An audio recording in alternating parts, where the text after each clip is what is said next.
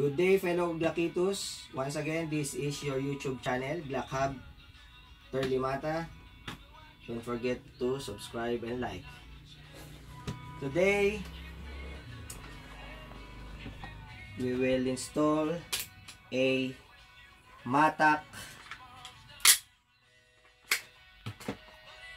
recoil spring free float system, okay, to reduce muzzle flip during your competition and leisure time on the range, same as the DPM recoil system.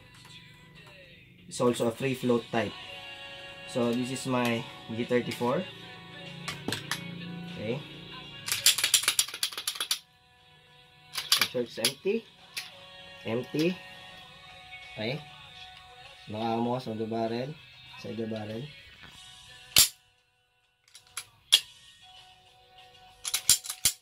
Okay, press the trigger, slightly rock it until the barrel dips. Take down the lever, slide lock lever. This one is a trapezoidal slide lock, available in Glock Hub Philippines. If you want to order this one, see, it's extended type and it's trapezoidal, so you can easily pull it down without hurting your fingers and breaking your fingernails. Oh, this one is a Gen 4 G34 MOS 9mm. So this one is the stock spring, the dual recoil spring, the one with the plastic guide rod. Now I have here the Matac recoil free float system. It consists of adapter ring for Gen 4, spring 11 pounds, recoil spring, round type spring, not the flat type like the ISMIs. And this one is the guide rod for the G34. Oh, quite heavy. This one is available at Glock Hub Philippines.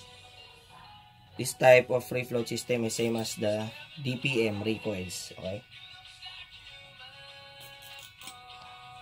So first,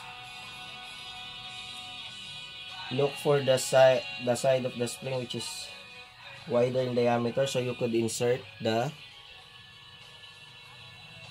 neck of the adapter ring. So it's a one-way in adapter ring. You cannot insert it that way. Insert it this way. Okay. I'll tighten up this later. Okay. And then insert the guide rod. Okay. You will install this in this manner. Okay. Since it's new, it's very hard to push it there. So you might put it here on your stomach. Okay, that way. So put it on this side of the slide. Okay, and then pull it slowly and insert that guide rod on the adapter ring. And then you put it on this notch there. Okay, it's like a stairway. The barrel is like a stairway, so you'll put that here. Okay, the base of the guide rod must be here, because as you shoot and the barrel go in a slanting position, in an angled position, the guide rod base will be here. Okay, it plays here and there as it tilts. Okay, so first place it here. Okay, the lowest part.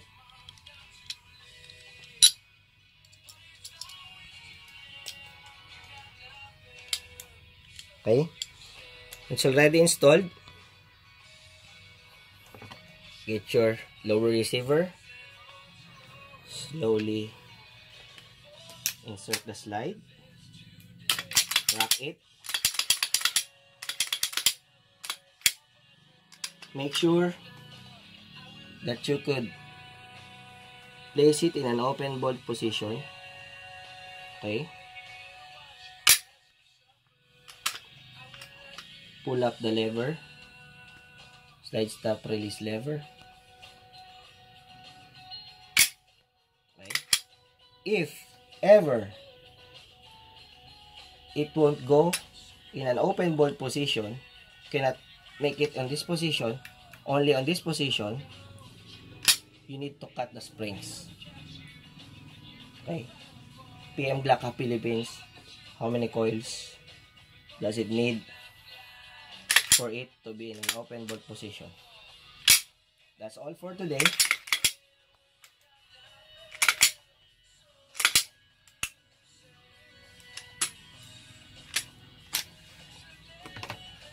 The free float system.